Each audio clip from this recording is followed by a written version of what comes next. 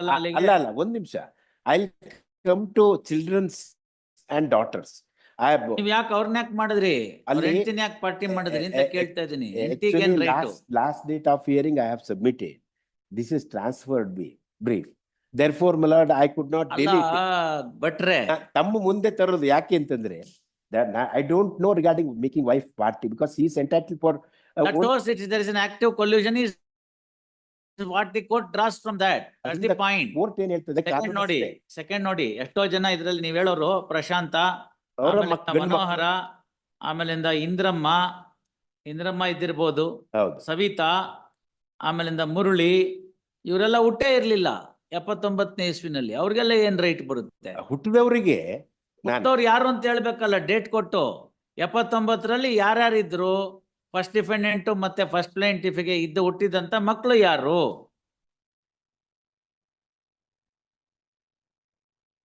ಏನು ಇಲ್ಲ ಅದ್ರ ಬಗ್ಗೆ ಒಂದಕ್ಷರ. ಅಪ್ಪ ಮಾರೋದು, ಚಿಕ್ಕಪ್ಪ ಮಾರೋದು, ಗಂಡ ಮಾರೋದು, ಹೆಂಡ್ತಿರ್ಗ್ ಬಂದ್ ಕೇಸ್ ಹಾಕೋದು, ಮಕ್ಕಳು ಬಂದ್ ಕೇಸ್ ಹಾಕೋದು, ಇವೆಲ್ಲ ಏನ್ ಅಸಹ್ಯ. ನಿಮ್ಮ ಅಪ್ಪಂಗೆ ನಾಳೆ ದಿನ ಸತ್ತೋದ್ಮೇಲೆ ಎಡೆ ಇಟ್ರೆ ಅವ್ನು ತಗೋತಾನ, ನಮ್ಮಪ್ಪ ಕಳ್ಳ, ಅವನ ಅಯೋಗ್ಯ, ನಮಗ್ ಮೋಸ ಮಾಡ್ಬಿಟ್ಟ ಅಂತ ಹೇಳಿದ್ರೆ ಪಿತೃಪಕ್ಷದಲ್ಲಿ ಏನ್ ಮಾಡ್ತಾರೆ ಹೇಳಿ? ಇನ್ನು 15 ದಿವಸಕ್ಕೆ ಬಂದು ಕೂತ್ಕೊಳ್ಳುತ್ತಲ್ಲ. ಈಗ ನಮ್ಗೆ ಆಲ್ರೆಡಿ ಇದ್ರಲ್ಲಂತೂ ಬಂದೇ ಇದ್ದಾನೆ, ಬದುಕಿದ್ದಾನೆ. ಅಪಲೆಂಟ್ಸಿಗೆ ಅವರು ಆಲ್ರೆಡಿ ಎಡೆ ಇಟ್ಬಿಟ್ಟಿದ್ದಾರೆ. ನೀವು ಅವನಿಗೆ ಮಾಡಿದಿರಿ. ಜೀವಿತ ಕಾಲದಲ್ಲಿ ನಮ್ಮಪ್ಪ 420 ಅಂತ ಹೇಳ್ದಂತ ಮಕ್ಕಳು ನೀವು, ಹೆಂಡ್ತಿ ನೀವು. ಅವನು ವೆಂಕಟ್ ನಿಮ್ಮ ಫಸ್ಟ್ ಡಿಫೆಂಡೆಂಟ್ ತಂದ್ಕೊಟ್ಟಿದ್ದ ದುಡ್ಡಿನಲ್ಲಿ ನೀವು ಊಟ ಮಾಡ್ಲಿಲ್ವೇನು? ಫಸ್ಟ್ ಪ್ಲೇಂಟಿಫ್ ಊಟ ಮಾಡ್ಲಿಲ್ಲ. ಮಾಡಿ ಅಲ್ಲ ಮಾಡಿದಿರಿ. ಮಾಡಾದ್ಮೇಲೆನೆ 4 ಮಕ್ಳು ಹುಟ್ಟಿರೋದು.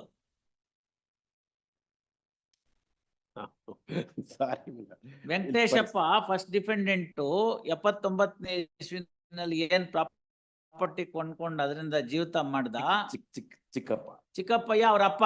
ಹೌದು, ಚಿಕ್ಕಪ್ಪ. ನಾನೆಲ್ಲ ನೋಡಾಯ್ತು, ನೀವು ಸರಿಯಾಗಿ ಹೇಳಲಿಲ್ಲ, ನಾನು ಓದಿಟ್ಕೊಂಡಿದ್ದೀನಿ. ವೆಂಕಟೇಶಪ್ಪ ಅಂತಕ್ಕಂಥವನು ಫಸ್ಟ್ ಪ್ಲೇಂಟಿಫ್ ನ ಗಂಡ, ಪ್ಲೇಂಟಿಫ್ ನಂಬರ್ 2 to 4 ಅವ್ರಿಗೆ ಅಪ್ಪ. ಆಯ್ತಲ್ಲ. ಅದೇ ತರನೇ ವೆಂಕಟಸ್ವಾಮಿ ಅನ್ನೋನು ವೆಂಕಟೇಶಪ್ಪನ್ ತಮ್ಮ, ಗೊತ್ತಾಯ್ತಲ್ಲ. ಅವನ್ ಮಕ್ಕಳು ಮಿಕ್ದವ್ರು. ಆಯ್ತಲ್ಲ. ಕೃಷ್ಣಮೂರ್ತಿ ಇನ್ನೊಬ್ಬ ತಮ್ಮ, ಅಂದ್ರೆ ವೆಂಕಟೇಶಪ್ಪನ ಇವ್ರಿಗೆ ಚಿಕ್ಕಪ್ಪ. ಮೈದಾ ಚಿಕ್ಕಪ್ಪ, ಫಸ್ಟ್ ಪ್ಲೇಂಟಿಫ್ಗೆ ಮೈದಾ, ಮಿಕ್ದವ್ರಿಗೆ ಚಿಕ್ಕಪ್ಪ. ಅದಾದ್ಮೇಲೆ ಶ್ರೀಧರ್ ಯಾರೋ ಗೊತ್ತಾಗ್ತಾ ಪರ್ಚೇಸರ್. All right. ಸೊ ಇವ್ರು 3 ಜನ, ಮತ್ತೆ ಪ್ಲೇಂಟಿಫ್ಸ್ 10 ಜನ, ಇವ್ರು 13 ಜನ ಒಂದೇ ಮನೆಯವರು, ಗೊತ್ತಾಯ್ತಲ್ಲ. ಬರ್ಕೊಟ್ಟವ್ರು ವೆಂಕಟೇಶಪ್ಪ, ವೆಂಕಟಸ್ವಾಮಿ, ಕೃಷ್ಣಮೂರ್ತಿ.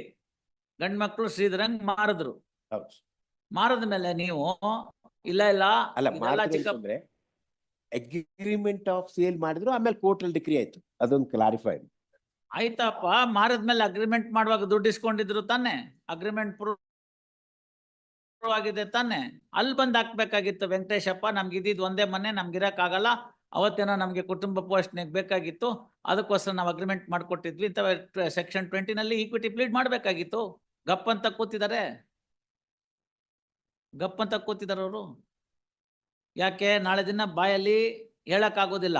ನೀನೇ ಅಲ್ವೇನೆ ಆ ಸೈನ್ ಹಾಕ್ತವನು ಅಂತಂದ್ರೆ ಇಲ್ಲ ಅನ್ನಕ್ಕಾಗಲ್ಲ. ಅವನು ದುಡ್ಡು ಇಸ್ಕೊಂಡ್ಯಾ ಅಂತಂದ್ರೆ ಹೂ ಅಂತ ಅನ್ಲೇಬೇಕು ಅವನು. ಇವ್ರು 3 ಜನ, ಒಬ್ನು ವೆಂಕಟೇಶಪ್ಪ, ವೆಂಕಟಸ್ವಾಮಿ, ಕೃಷ್ಣಮೂರ್ತಿ ದುಡ್ಡು ಇಸ್ಕೊಂಡ್ಬಿಟ್ಟು 3-4 ಮಾಡಾಕಿ ಸಂಸಾರ ಮಾಡಿ ಇವ್ರನ್ನೆಲ್ಲಾರನ್ನು ಹುಟ್ಟಿಸಿ. ಬಟ್ ಏನಾಗಿತ್ತು, ಒಂದು ಇಂಟರ್ಪ್ರಿಟೇಷನ್ ನಮ್ಗೆ ಮಾತಾಡುವಾಗ ನಾನು ತೊಂದರೆ ಕೊಡ್ತಿಲ್ಲ. ಪ್ರೊವೈಡೆಡ್ ಅಲ್ಲಿ 9 ಮನೆ ಇತ್ತು, 9 ಮನೆ ಇತ್ತು. 50,000 ರೂಪಾಯಿ ಬಾಡಿಗೆನೂ ಬರ್ತಿತ್ತು. ಇವ್ರು ಯಾಕೆ ಸೇಲ್ ಡೀಡ್ ಕ್ರಿಯೇಟ್ ಅಗ್ರಿಮೆಂಟ್ ಮಾಡಿದ್ರು ಅನ್ನೋದು ದೇ ಹ್ಯಾವ್ ನಾಟ್ ಡಿಸ್ಕಸ್. ಅವ್ನು ಹೇಳ್ಬೇಕಲ್ಲ, ಅಲ್ಲೇ first dependent is very much there, he should come out and then say ಇಂಥ ಕರ್ಮ ಇತ್ತು ನಮ್ಗೆ ಅಂತ.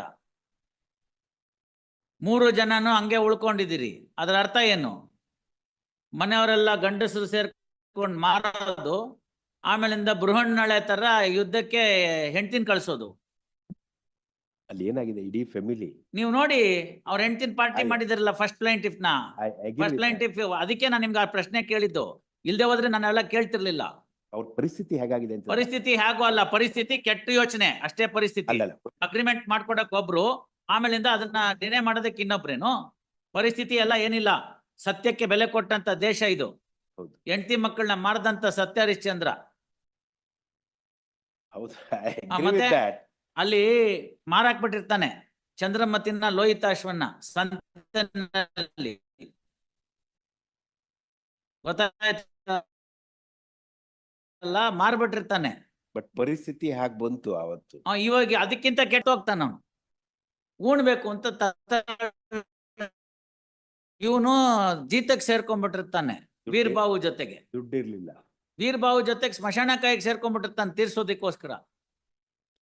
ಸೇರ್ಸ್ಕೊಂಡ್ಬಿಟ್ಟಿದ್ರೆ ಹೆಣ ತಗೊಂಡ್ ಬರ್ತಾಳೆ ಲೋಹಿತಾಶ್ವಂದು ಚಂದ್ರಮತಿ, ಸ್ಮಶಾನದಲ್ಲಿ ಊತಾಕ್ಬಿಡ್ತೀನಿ ಅಂತ. ಕೇಳ್ತಾಳವಳು, ಏನಪ್ಪಾ ಅವಕಾಶ ಮಾಡ್ಕೊಡು ಅಂತ. ದುಡ್ಡು ತಂದಿದ್ಯಾ ಅಂತ ಕೇಳ್ತಾನೆ. ಫಿಕ್ಸ್ ಆಗಿರುತ್ತೆ ರೇಟು. ಒಂದ್ ಬುಂಡೆ ಎಂಡ, ಪಂಚೆ, ಇನ್ನೇನೋ ಧಾನ್ಯ, ಒಂದಿಷ್ಟು ರೂಪಾಯಿ ಅಂತ. ಅದು ತಂದಿದ್ಯಾ ಅಂತ ಕೇಳ್ತಾನೆ. ಚಂದ್ರಮತಿ ಹೇಳ್ತಾಳೆ, ಎಲ್ಲಿರ್ಬೇಕು ನನ್ನ ಹತ್ರ ಏನಿಲ್ಲ, ನನ್ನ ಮಗ ಸತ್ತೋಗಿದ್ದಾನೆ ಬಿಡು ಅಂತ.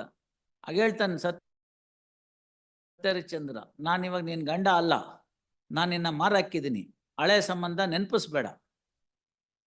ಇದಿಷ್ಟು ತಂದ್ರೆ ಉಣಕ್ಕೆ ಅವಕಾಶ ಮಾಡ್ಕೊಡ್ತೀನಿ, ಇಲ್ದೇ ಇಲ್ಲ ಅಂತ. ಅದು ಸತ್ಯದ ಕಾಲ. ನೀವು ಸತ್ಯಹರಿಶ್ಚಂದ್ರನ್ ವಂಶದ ಕೊನೆ ತುಂಡು ಅಂತ ಹೇಳಿದೆ ಕೇಳ್ತಾ ಇದ್ದೀನಿ ಅಷ್ಟೇ. ಅದಕ್ಕೆ ಬಟ್ರೆ ಸತ್ಯ ಹರಿಶ್ಚಂದ್ರನ್ ಕೊನೆ ಪರಿಸ್ಥಿತಿ ಏನಿತ್ತು ಅಂತ ನೀವು ಹೇಳಿದ್ದಕ್ಕೆ ನಾನು ಹೇಳ್ತಾ ಇದ್ದೀನಿ. If you want additional sale consideration, I may put it across to him. That the court can do it. That the court can do it.